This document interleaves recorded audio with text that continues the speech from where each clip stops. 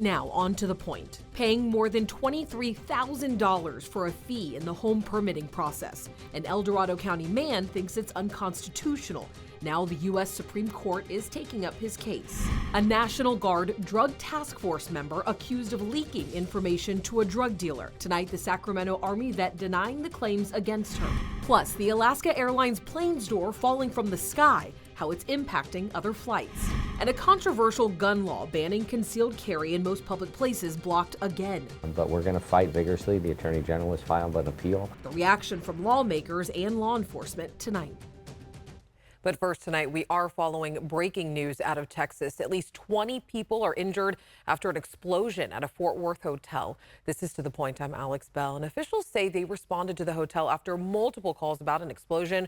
Right now, they are trying to confirm if this was caused by a gas leak. Of course, we will keep you updated on air and online as we learn more. Tonight, an El Dorado County man is at the center of a court case going before the U.S. Supreme Court. Tomorrow, he is fighting a fee imposed by El Dorado County that he and his attorney argue is unconstitutional. And our Becca Habegger shows us why this local case could have national impact.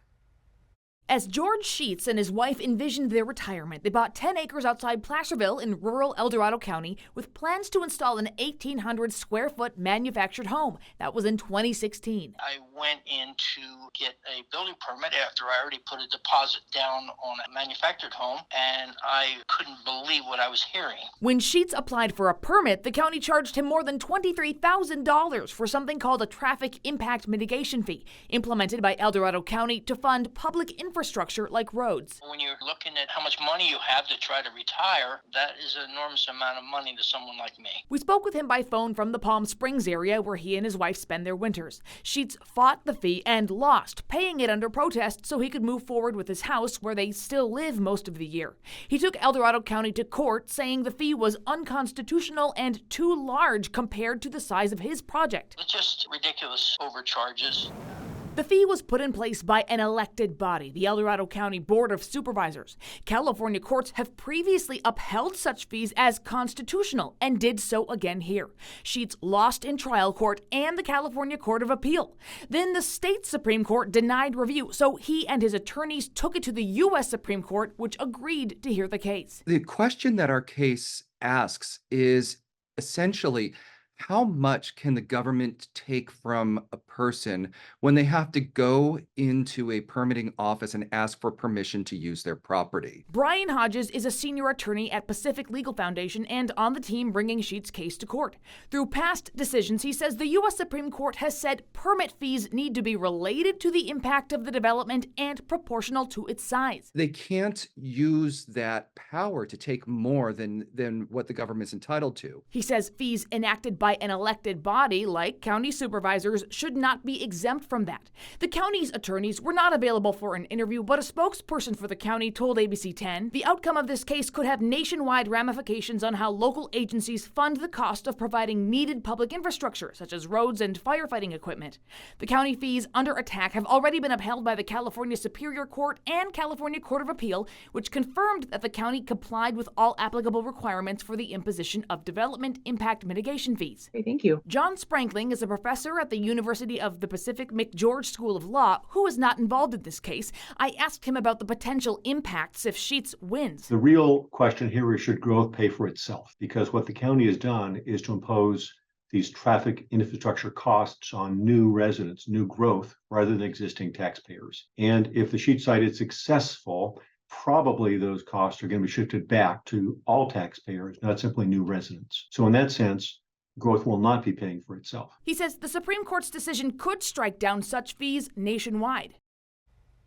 And Becca Habegger joins us right now. So the U.S. Supreme Court hearing this tomorrow, hearing the oral arguments tomorrow, but we won't know the outcome for some months, right? Yeah, you know, Alex, typically justices release opinions before their recess begins in late June, though they're not required to. So hopefully we'll have an update for you later this spring. But I do want to mention, I mean, folks can listen in if they want to the oral arguments, right? Right. You know, there's no video, just audio. The Supreme Court will hear the case starting at 7 our time tomorrow morning. If you want to get up and listen to that, we've put a link to the site where you can listen live at abc10.com/. links. All right, Becca, thank you so much. And of course, we'll keep you updated.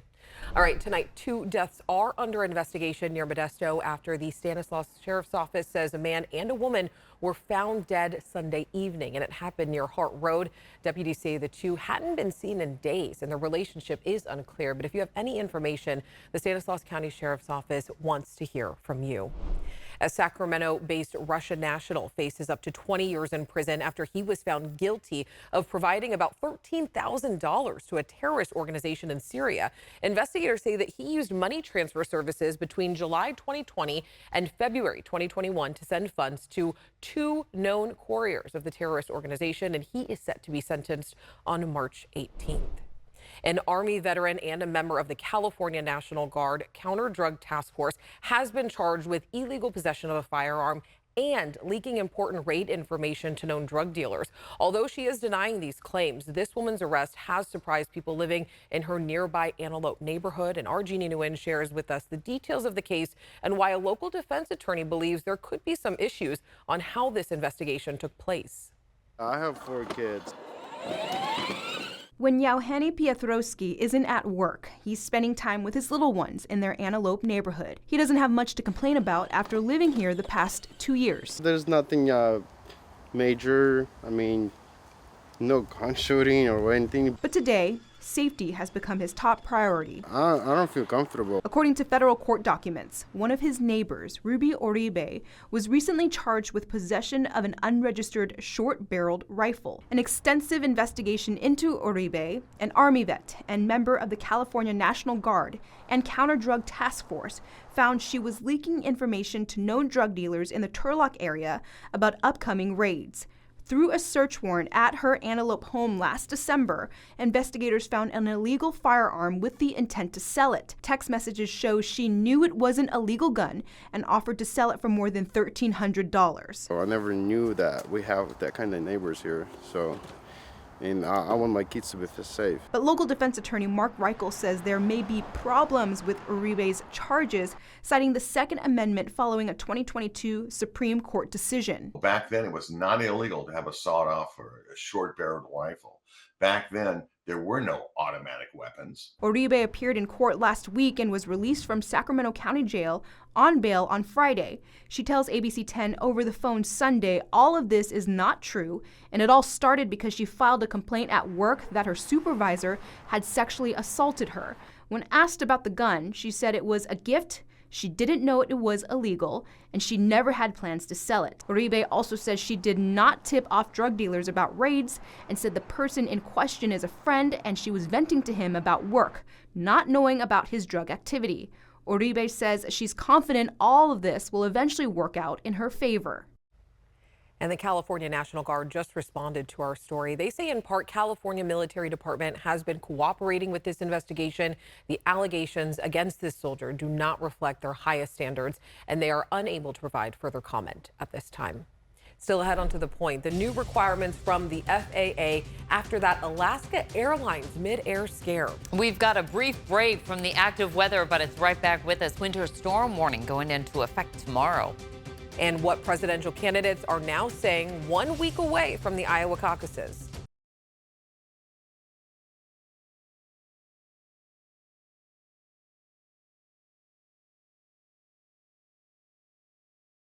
All right, Chief Meteorologist Monica Woods with us on this Monday. We have some clouds moving in, right, Monica? Right, that's all ahead of the weather system that's going to bring rain and snow back to the forecast. Here you can see the satellite and radar imagery. No rain right now. It's just mainly cloud cover. Now, the key factor here is with clouds, keeps us a little bit warmer overnight, kind of puts a blanket over us. So instead of dropping deep into the 30s, we'll be hovering right around the upper 30s to low 40s early Tuesday morning. But the showers just up to the north of us here. That's what's going to be streaming our way into our forecast overnight tonight through early tomorrow. Winter storm warning going into play tomorrow evening. That'll continue through Wednesday evening. That's when we expect the bulk of the precipitation. So some light accumulations on Tuesday, but then the big part of the weather system comes through on Wednesday. That brings us totals closer to about 1 to 24 inches of snow. That Twin Bridges, I think, was just a little bit overstated with the weather modeling. I think we're going to be closer to about 24 inches there. As far as that rain, though, it's going to be very slim, only about 1/10 of an inch to 1/4 of an inch of rain, much better snow producer for us here.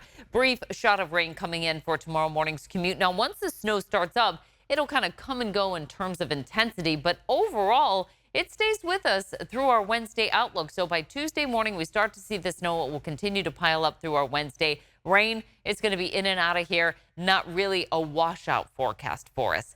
Highs in the 30s tomorrow for the Sierra, 40s in the foothills with highs in the 50s along the coast, and we'll continue to see that inland. Morning lows are starting us off in the upper 30s to right around the low 40s. So again, a little bit more mild than where we've been the past couple of days.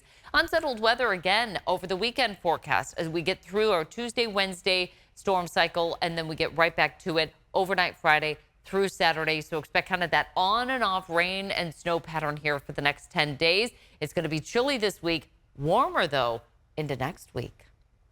Next, on To the Point, a $68 billion budget deficit. What state Republicans want to see as the governor gets ready to announce his plan. Plus, a controversial gun law blocked by a judge again, how local enforcement and lawmakers are responding.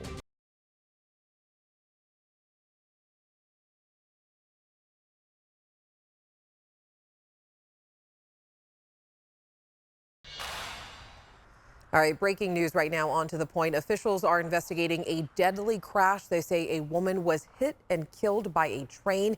You are taking a live look at the scene in the area of Roseville Road and Willargo Road.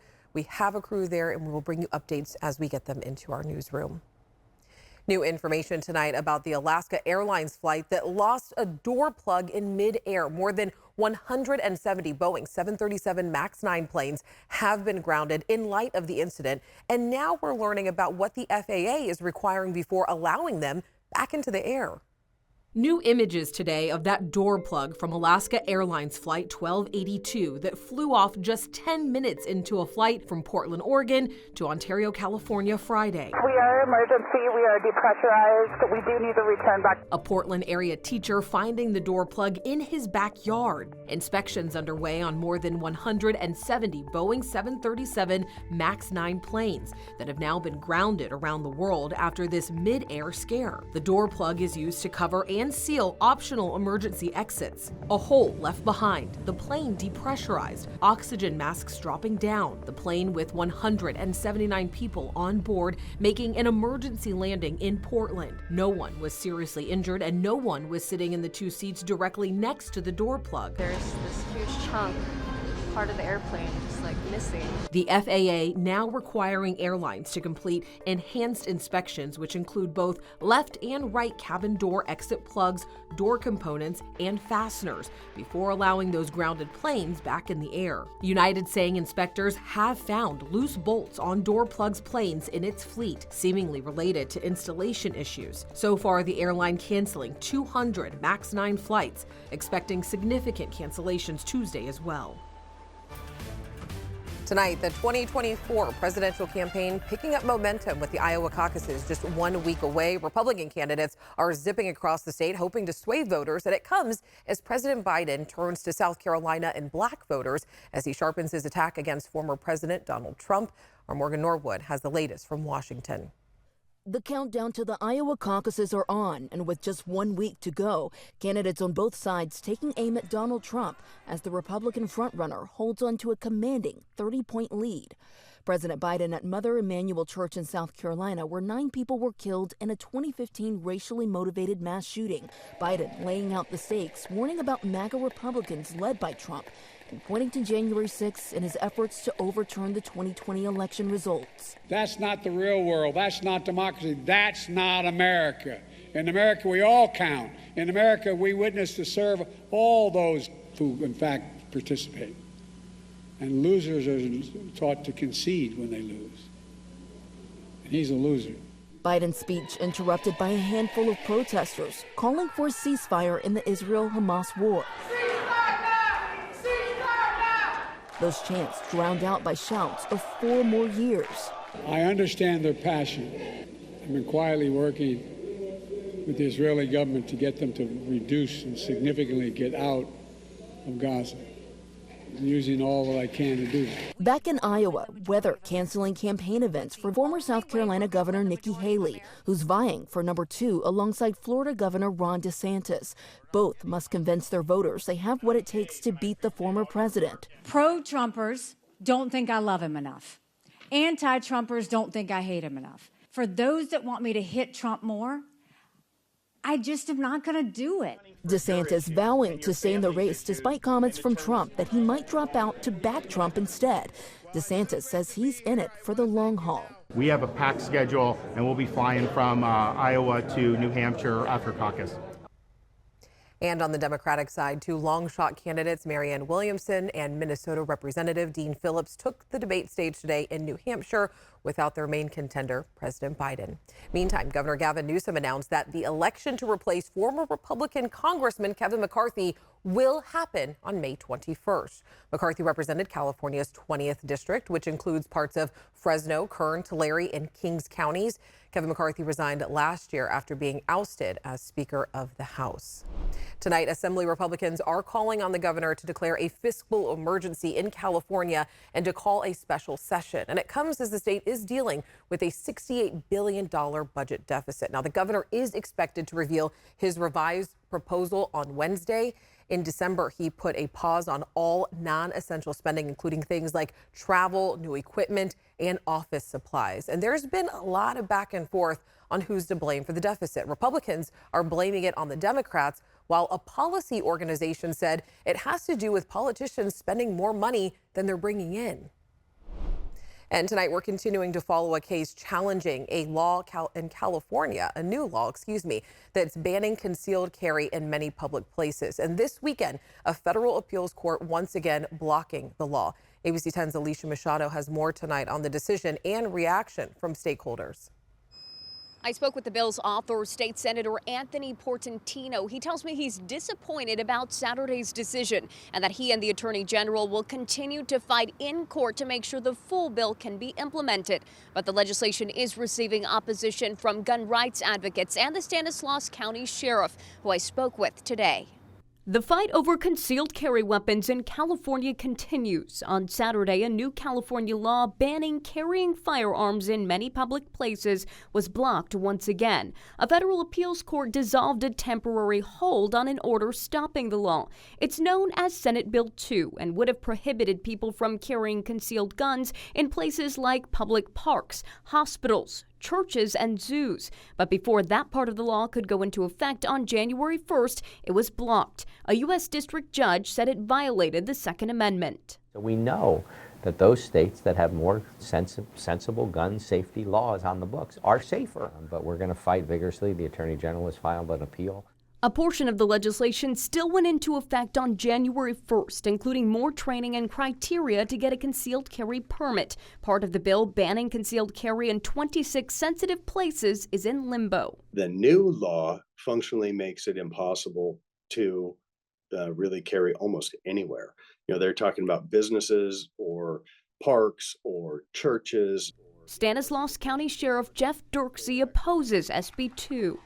The vast majority of those who get a CCW permit, these people are not out breaking the law. They are not the source of any crimes of violence. Dirksey says applicants must get fingerprinted and go through background checks. Many get the permits for protection, but Portantino argues that should be left to law enforcement. So let's say you're in the mall. Do you really want somebody in that mall pulling out their gun and shooting across a crowded mall because they think they might be helping? I don't.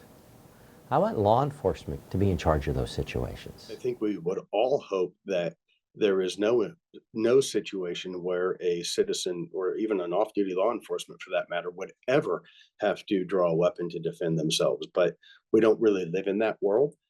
I spoke with an attorney representing the California Rifle and Pistol Association and other gun rights advocates. He tells me he thinks their chances are pretty good. It's a case we will continue to follow. And the Attorney General filed an appeal that is scheduled to be heard in April. Next, on to the point. As state governments are phasing out their gas cars, we're asking Caltrans why they bought high-end luxury Teslas.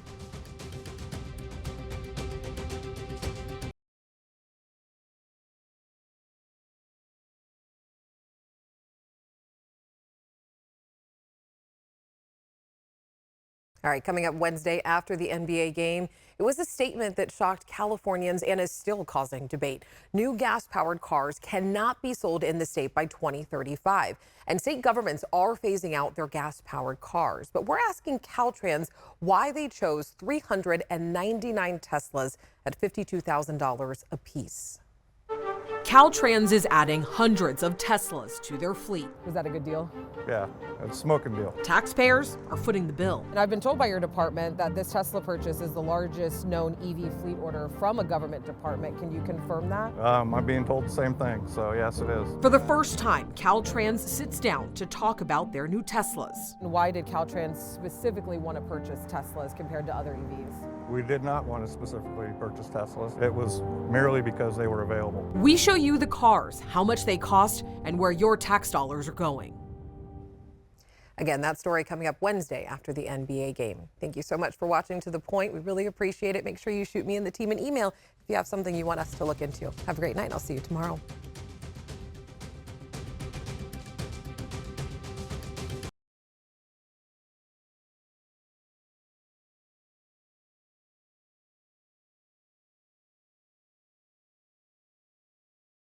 Hey, it's Alex. Just wanted to say thank you so much for watching. I really love hearing from everyone, and I hope that you'll stay in touch. Reach out to me on Facebook at AlexBellTV, or you can email me at tothepoint@abc10.com, or you can even send me a text message at 916-321-3310.